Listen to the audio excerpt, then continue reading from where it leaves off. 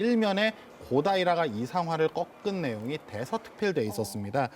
일본에서도 고다이라의 뒤늦은 성장에 그만큼 놀라움을 금치 못했던 거고요.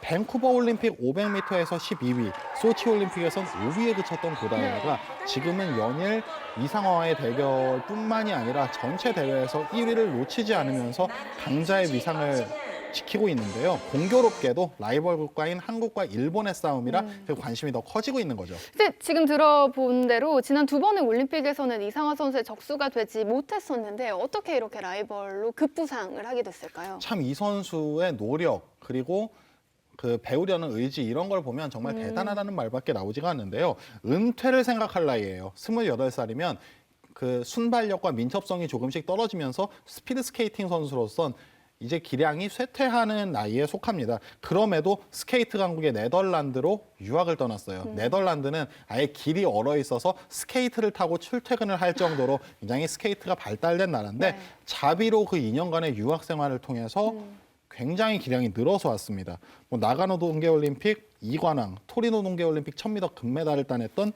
마리안네 팀머 코치의 지도를 받으면서 굉장히 성장을 했어요. 뭐 예를 들면 한국의 야구 선수가 미국으로 떠나서 특정 타격 코치의 그 지도를 받고 돌아와서 뭔가를 얻어오는 이런 느낌의 지도를 받은 건데 이게 고다이라 나우 선수에게 굉장히 큰 플러스가 된 겁니다.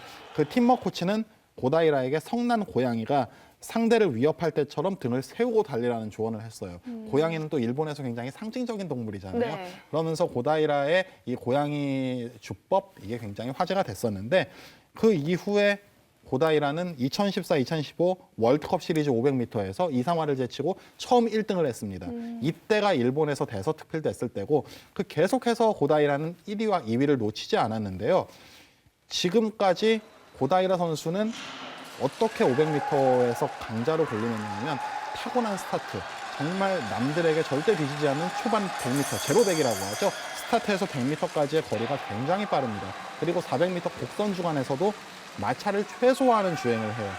이게 네덜란드 유학 시절에 직접 몸으로 습득하면서 겪은 거거든요. 이런 부분이 고다이라 선수가 지금까지 성장하는 데 굉장히 큰 획제가 됐다고 할 수가 있겠죠. 네, 우리나라 이상화 선수가 지금 올림픽 3연패를 노리고 있는데 네. 뭐 크게 부담이 될 수밖에 없을 것 같습니다. 이상화 선수의 반응은 좀 어떤가요? 사실 이상화도 처음에는 고다이라와 비교되는 것에 대해서 적잖은 스트레스를 받았다고 해요. 하지만 지금은 그 부담감을 내려놓고 좀 즐기겠다는 마음가짐이 강한데 고다이라의 월드컵 랭킹 등 순위가 오히려 이상화보다 높은 상황입니다.